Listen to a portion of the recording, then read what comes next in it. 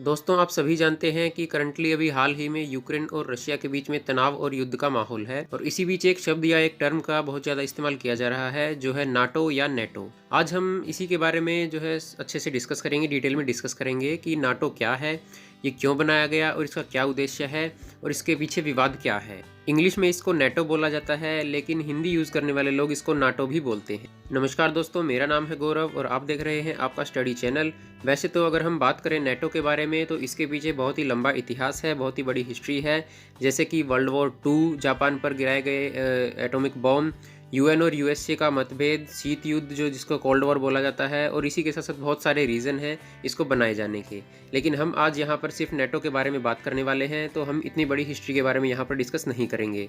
सबसे पहले हम बात करते हैं नेटो है क्या। तो देखिए दोस्तों, नेटो जो है ये एक समूह है, एक संगठन है, एक ग्रुप है जो कि यूरोप और नॉर्थ अमेरिका के देशों के बीच में बनाया गया है। और ये एक सैन्य संगठन है। यूरोप के देश और नॉर्थ अमेरिका के कुछ देश जो हैं अपनी सेनाओं को एक दूसरे के साथ साझा करते हैं। इसी संगठन को, इसी समूह को बोला जाता है नेटो। तो दोस्तों, नेटो की फुल फॉर्म होती है नॉर्थ अटलांटिक ट्रीटी ऑर्गेनाइजेशन, उत्तरी अटलांटिक संधि संगठन, या फिर इसको अटलांटिक अलायंस भी बोला जाता है।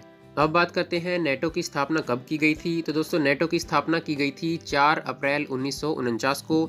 और स्टार्टिंग में जब इसकी स्थापना की गई थी, जब इसका गठन किया गया था, तो इसके अंदर जो है, इस पूरे नेटो ग्रुप के अंदर जो है सिर्फ 12 ही सदस्य थे, 12 ही मेंबर्स थे। मतलब कि 12 कंट्रीज ने ही इसमें पार्टिसिपेट किया था। और आज की डेट में इसमें टोटल जो है 30 कंट्रीज इसका हिस्सा बन चुके हैं।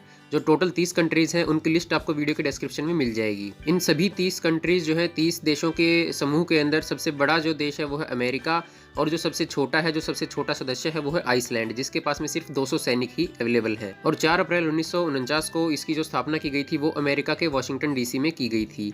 आप यहाँ स्क्रीन के ऊपर देख सकते हैं, ये जो है नेटो का फ्लैग है, ये इनका जो है सिंबल है। और नेटो का जो हेडक्वार्टर है, जो मुख्यालय है, वो है बेल्जियम की राजधानी ब्रुसेल्स के अंदर है। ये एक बेसिक छोटा सा ओवरव्यू आपको मिल चुका है। अब बात करते हैं कि नेटो क्यों बनाया गया था। देखिए दोस्तों, जब 1945 का टाइम था, जब वर्ल्ड वॉर 2 जो है लगभग खत्म हो चुका था और पूरी दुनिया पर इसका बहुत ही बुरा असर देखा गया, और पूरी दुनिया, पूरी पृथ्वी के लोग यही चाहते थे कि दोबारा से पूरी दुनिया में इस तरह की कोई भी घटना घटित ना हो। तो इसी को मद्देनजर रखते हुए बहुत सारे देशों ने मिलकर यूएनओ की स्थापना की, यूनाइटेड नेशन ऑर्गेनाइजेशन। और कुछ टाइम के बाद में इसी ऑर्गेनाइजेशन को, यूएनओ को, और भी ज्यादा पावरफुल बनाने के लिए एक सैन्य संगठन भी बनाया गया था, जिसको नेटो का नाम दिया गया था।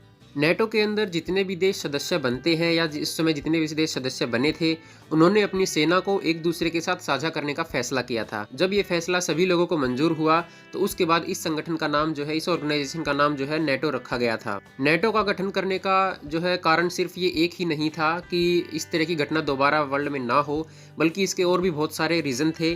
जैसे कि जब वर्ल्ड वॉर 2 जो है एंड हुआ, तो उस टाइम पर यूएस जो है, अमेरिका जो है, सबसे बड़ी सुपर पावर के रूप में जो है उभर कर आया था, जिसकी वजह से यूरोप की दूसरे देशों को और भी बहुत सारी समस्याओं का सामना करना पड़ सकता था, जिसकी वजह से उन्होंने जो है नेटो का गठन करने का निर्णय लिया था। अब बात करते हैं कि नेटो जो है काम कैसे करता है। दोस्तों, नेटो जो है सामूहिक रक्षा के सिद्धांत पर कार्य करता है। सामूहिक रक्षा का सिद्धांत क्या है?